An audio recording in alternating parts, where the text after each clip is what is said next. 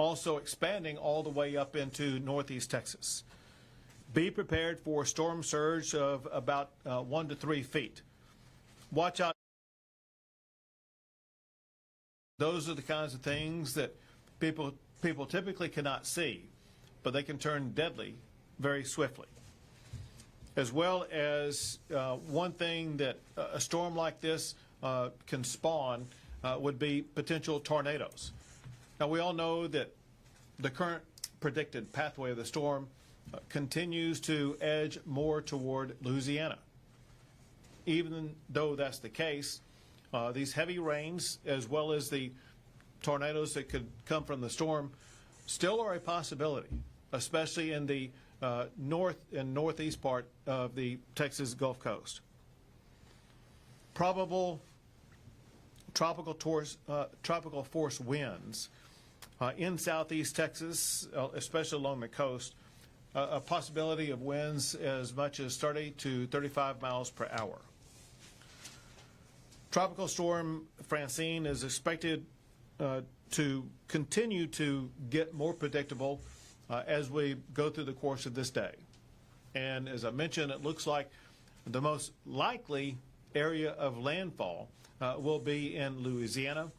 And when it makes landfall, it is expected to be at least a Category 1 hurricane.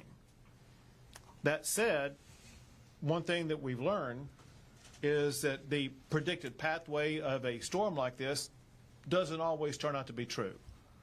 As a result, we need to be prepared for the possibility that conditions could change, that could cause the storm to move a little bit further to the west with increased danger to parts of Texas. As we all remember, Beryl took an unexpected pathway. We must be prepared for Francine to also lead to unpredictable pathways as it gets closer to the shore. Everyone along the Texas coast should remain vigilant and tuned into this until the storm passes their particular area. Along those lines, what people should do is to listen carefully to their local news as well as their local officials who will know best about what is happening in their particular area. The most important thing that we are focused on is protecting the life of every Texan. To do that, again, listen to your local officials and take action to avoid high water on roads and be aware of storm surge. One thing that it seems that we see every time a storm passes through Texas is that some Texans will drive through a roadway unaware of the depth of the water in that region. They get stuck because the water is higher and moving more swiftly than the driver expects. It leads to emergency rescue operations, or at worst, can lead to a possible death. There's a simple slogan that people need to remember, and that is, turn around, don't drown. You don't need to get through that particular roadway if there's heavy or high water in that area. Be safe with your own life, knowing that you can control your own safety by making a decision about where you do and where you do not drive. Power, I know, is a concern of Texans, especially those along the coastline. We expect power providers to be prepared for this storm. Storms like this occur every year on the Texas coastline. There is absolutely no reason for power providers to be fully prepared to meet demands of this storm. We know that even with the greatest preparation, winds can sometimes cause power lines to fall to the ground. When that happens, we fully expect power companies to be prepared in advance to restore those power lines in a matter of hours, not in a matter of days. The Texas response has already been robust. We have pre-stage response resources in advance all the way from Brownsville over to Beaumont. We've coordinated with local officials across the Gulf Coast. We have water rescue teams deployed, as well as water and food deployed to affected areas. The National Guard is on standby with teams ready across the state. With that, I will pass it over to Chief Nimkid with the Texas Division of Emergency Management. Thank you, Governor. I think it's important that we remember that the National Hurricane Center forecast 1/3 of the time the eye wall of the storm will make landfall outside of that cone of uncertainty. So while we all want this storm not to impact Texas, Texas has got to be prepared. State agencies are doing that. We've had 24 state agencies here in the Emergency Operations Center. All of their people are out in the field ready to support Texans. We've been in constant contact with our local elected officials. 2 of them have issued voluntary evacuation orders already. We are ready to support them if they ask for more. As the governor mentioned, no matter where this storm makes landfall, the east part of Texas is susceptible to tornadoes and severe rain. And we want to make sure that our boat squads and our search and rescue teams are ready to support. But I need our citizens to be ready to respond to this as well. Have a communication plan with your family. Know where your family is and where they're going to be. We are in constant contact with our locals. Our resources are ready to support those local requests, Governor. There is a high likelihood of trees falling with this wind or cars hitting a power pole. And I urge Texans to make sure that they are ready for minor power outages right now. Make sure they have food and water. Make sure they have a communication plan. And know that we've been in contact with the CEOs of all of the power companies along the coast. They assure us that they have the right saw crews and the right restoration crews ready to respond right now. We know that high water, as well as other aspects of the storm, can cause problems with regard to travel. Could be trees that fall down across a road. It could be other damages to roadways. And Texans will want information about any serious road conditions that may cause them to take alternative paths. And so we have with us here a representative from the Texas Department of Transportation to tell you more about what they are doing and what they are prepared to do. Thank you, Governor. Mark Williams with the Texas Department of Transportation. We're already seeing some impacts to some of our state highways in the lower Rio Grande area of South Texas. That area has already experienced some significant rainfall and even some level of storm surge. And so we have some state highways that are impacted with some water over the road.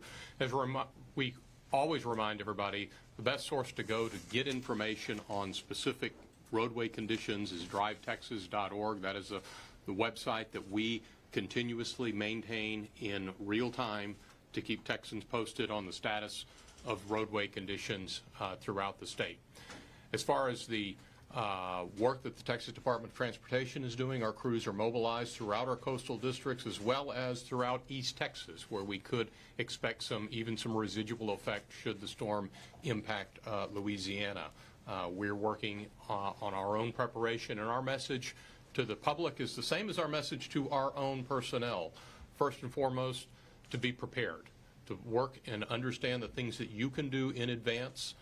For the public, that may be fueling your car, that may be having a plan for what you might do in the instance that conditions do change and you might be impacted. Secondly is to be aware of conditions, know what is going on, know the conditions of the roadway that you may be going onto. The governor spoke about the importance of not driving onto flooded roadways. Turn around and don't drown. Also be aware of potential for down power lines. Having that awareness is critical, especially if you're going to potentially be being out on the road. And then thirdly, and really most importantly, is to always have safety at the front of mind. And that means to drive to conditions if you do have to get out on the road, and continue to watch for instances of high water or down power lines. Thank you, Governor. Thank you very much. I will be traveling to Beaumont in a few hours, and we'll be working with local officials there and provide an update later on today based upon what happens between now and then. We'll be happy to take any questions you all have.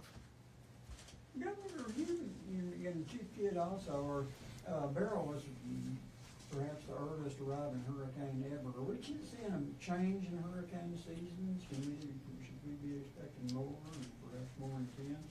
Or what do you experts see? Well, I mean, here's the reality, and that is Beryl was a Category 1 hurricane. It looks like this will be a Category 1 hurricane. We have many times had more hurricanes than that, more severe than that. And so this is not particularly aberrational. Governor, it seems like we have our hands full right now. Are have any plans to send resources, Texas resources, to California for the wildfires? Have they asked for any help? So Texas has already sent a lot of resources to California to help them fight wildfires. We sent, it was 25 trucks and 125 firefighters to California. California has thanked us for what we provided, saying that they have never received something of that magnitude before. So Texas always stands up and helps out those in our neighboring states, including in the wildfires in New Mexico. I've got a lot of family in Houston, and I think 1 month this summer, my dad was without power for 18 days out of the month. Spent the night in his office, you know. For people along the coast who have been going through, seems like a lot this summer, what would you say to them who may be very anxious to hear that something is coming once again? Listen, we understand the people of Houston in particular, those who are in the Center Point service area, are, for one, very angry about what happened, and also very anxious when another storm comes through. The status of Center Point today is different than it was at the time that Beryl hit. They have dramatically increased their vegetation removal, which they said was the leading cause of power outages. They have put up an extraordinary number of new, far better weather-resistant poles that will be able to withstand, especially the wind speeds that we are expecting here. And they've taken other actions to make sure they are better prepared. That said, CenterPoint knows that it is under a microscope. CenterPoint knows from me, from state leaders, from their customers, that what happened in Beryl is unacceptable. They better be prepared. This is their time to perform. This is their time to show that they're living up to the promises they have made, and that is that they will be a far more resistant and resilient company as it concerns storms like this, especially with the current pathway of this storm.